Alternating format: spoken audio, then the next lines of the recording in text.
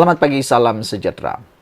Sejak akhir-akhir ini, mula dijadikan konten oleh para pengkritik politik, penganalisis politik, dan pemerhati politik tentang sejauh mana Perikatan Nasional mampu bertahan pula. Kalau dulu yang jadi persoalan sejauh mana Pakatan Harapan boleh bertahan sehingga akhir penggal, sekarang ini dia sudah mula berubah. Anginnya telah berubah. Bukan lagi Pakatan Harapan yang dikhawatiri akan tumbang, tetapi kini yang dikhawatiri akan tumbang pula ialah Perikatan Nasional. Ini semua gara-gara daripada munculnya legenda politik Malaysia, yaitu Mahathir Mohamad di dalam Perikatan Nasional. Sehingga mula memunculkan keretakan dalam parti tersebut apabila Mahathir membuat pakatan dengan PAS. Saudara-saudara sekalian, ada yang meramalkan bahawa Perikatan Nasional akan berpecah belah tak lama lagi. Yang paling kuat bercakap tentang keretakan tersebut ialah Zahid Hamidi. Dalam ulasan beliau kemarin, Zahid Hamidi menyatakan bahawa beliau menjangkakan tidak lama lagi Perikatan Nasional akan tumbang, akan berpecah, akan terbelah. Kata beliau, sesiapa saja yang akan bersama dengan PAS akan ditendang dan akan dibuang. Beliau merujuk kepada pengalaman UMNO sendiri bekerja sama dengan PAS dalam Muafakat Nasional apabila PAS akhirnya menendang UMNO dan telah pun bekerja sama dengan Perikatan Nasional pula. Kita dapat melihat dalam episod tersebut, PAS bermain dua kolam, antara kolam Muafakat Nasional dan kolam Perikatan Nasional. Akhirnya satu saat, PAS memilih untuk bekerjasama dengan Perikatan Nasional, tetapi tidak pula mengisytiharkan Muafakat Nasional itu bubar. Sehingga kan ada orang kata ini adalah perkahwinan yang tidak sah. Saat belakangan ini pula, selepas PRU15 dan tidak menjadi kerajaan, PAS kini cenderung semula bekerjasama dengan Mahathir Mohamad. Yang mana Mahathir Mohamad kita tahu adalah musuh kepada PAS. Tetapi PAS kini telah pun bersama-sama dengan Mahathir Mohamad.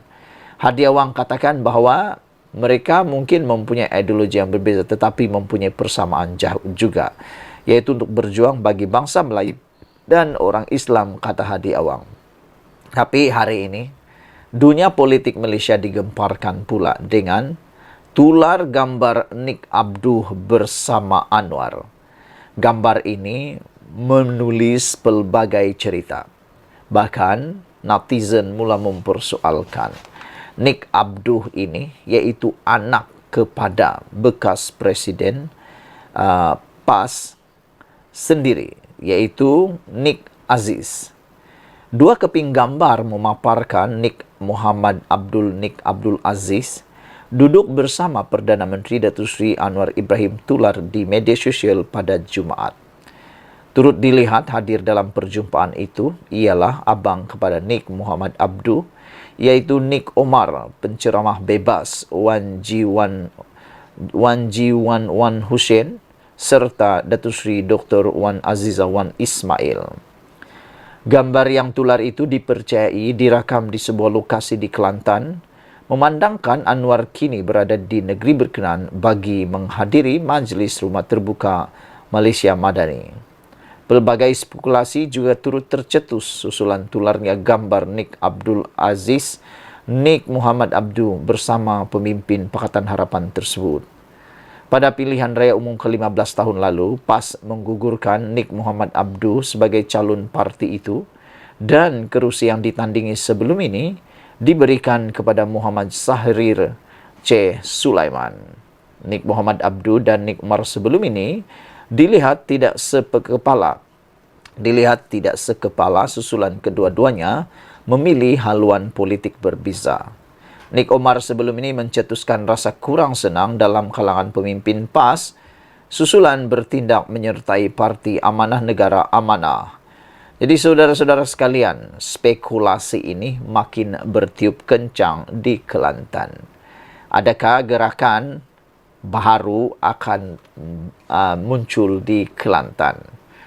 Adakah Nik Abduh ini akan menjadi Menteri Besar Kelantan satu hari nanti? Ini persoalan yang besar. Kerana dalam PRU baru-baru ini, Nik Abduh telah pun tersingkir, telah digugurkan sebagai calon parti kerusi yang ditandinginya sebelum ini, dan kerusi tersebut telah diberikan kepada Muhammad Sahir C. Sulaiman. Jadi, adakah dengan perkara ini adakah ianya adalah rentetan daripada susulan daripada peristiwa di mana PAS Hadi Awang mula membuat kerjasama dengan Mahathir Mohamad. Hari ini juga kerajaan iaitu Anwar Ibrahim yakin negara kita capai unjuran pertumbuhan ekonomi meskipun berdepan cabaran, kata Perdana Menteri Anwar Ibrahim. Saudara-saudara sekalian, satu perkara lagi yang paling kita setujui ataupun paling kita suka ialah apabila Anwar Ibrahim menyatakan bahawa sudah tiba waktunya untuk masalah air yang ada di Kelantan perlu diselesaikan. Kata Anwar Ibrahim, juga Malaysia Madani perlukan sokongan padu rakyat Kelantan. Kerajaan perpaduan mengharapkan sokongan dan komitmen yang padu daripada seluruh rakyat Kelantan dalam merealisasikan agenda membangunkan Malaysia Madani.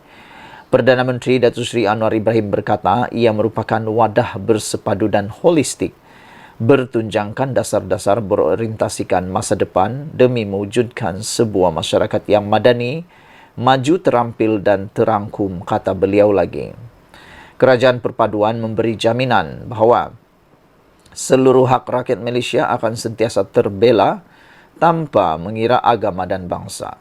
Perlembagaan Malaysia, Bangsa Melayu, Agama Islam dan Islam sebagai agama rasmi negara dan kedudukan Raja-Raja Melayu akan sentiasa dipertahankan. Selain itu, kerajaan juga tidak akan berkompromi terhadap amalan rasuah dan penyelewengan dengan melalui reformasi tadbir urus kerajaan yang padu dan dinamik serta memberi fokus kepada pemulihan ekonomi dan mendukung dan merealisasikan agenda nasional untuk membangun Malaysia Madani, kata beliau. Sekian dulu untuk kali ini. Jangan lupa tinggalkan komen anda. Sila tekan butang subscribe. Malaysia kita punya. Kita jaga sama-sama cintai Malaysiaku. Bye-bye.